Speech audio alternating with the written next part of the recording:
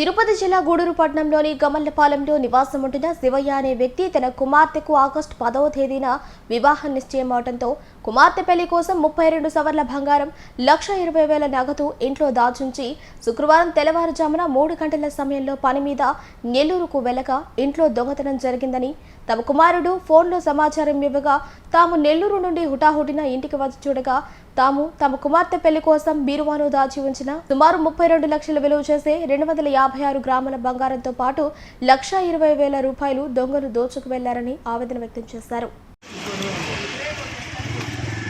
తిరుపతి జిల్లా గూడూరు పట్టణంలోని గమల్లపాలెంలో నివాసం ఉంటున్న శివయ్య అనే వ్యక్తి తన కుమార్తెకు ఆగస్టు 10వ తేదీన వివాహం నిశ్చయం అవడంతో కుమార్తె పెళ్లి కోసం 32 సవర్ల బంగారం 1,20,000 నగదు ఇంట్లో దాచుంచి శుక్రవారం తెల్లవారుజామున 3 గంటల సమయంలో పని మీద నెల్లూరుకు వెళ్లగా ఇంట్లో దొంగతనం జరిగిందని తమ కుమారుడు ఫోన్లో సమాచారం ఇవ్వగా తాము నెల్లూరు నుండి హుటాహుటిన ఇంటికి వచ్చి చూడగా తాము తమ కుమార్తె పెళ్లి కోసం బీరువాను దాచి ఉంచిన సుమారు 32 లక్షల విలువ చేసే 256 గ్రాముల బంగారంతో పాటు 1,20,000 రూపాయలు దొంగలు దోచుకు వెళ్లారని ఆవేదన వ్యక్తం చేశారు.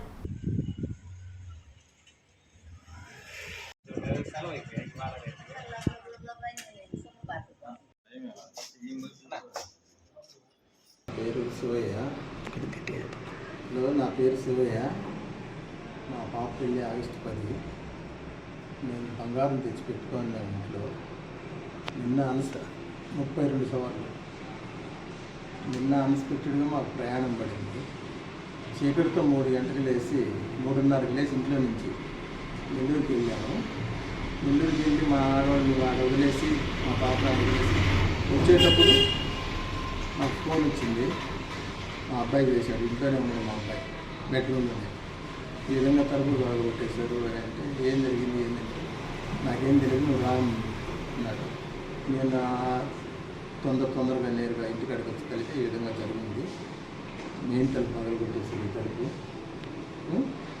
ఇంట్లో చూస్తే ఏమీ లేవు. మొత్తం మళ్ళీ ఎక్కడికే తీసుకొచ్చి పెట్టి సామాన్ అంతా ఈ పక్కనే పెట్టి మొత్తం పేర్చుకొని తీసుకెళ్ళిపోయారు. 32 సవర్లు బంగారు. దాన్ని మార్చి చేయాలని చెప్పి నేను పెట్టుకోవాలను మా పాప పెళ్ళికి. ఇది ఈ విధంగా జరిగింది. 1,20,000 1,20,000 1,00,000 రూపాయలు ఒకటి క్యాష్, 20,000 ఉండిలో. 1,20,000 రూపాయలు డబ్బులు. కంప్లైంట్ ఇచ్చారా? కంప్లైంట్ ఇచ్చున్నాం. ఈరోజు వచ్చారు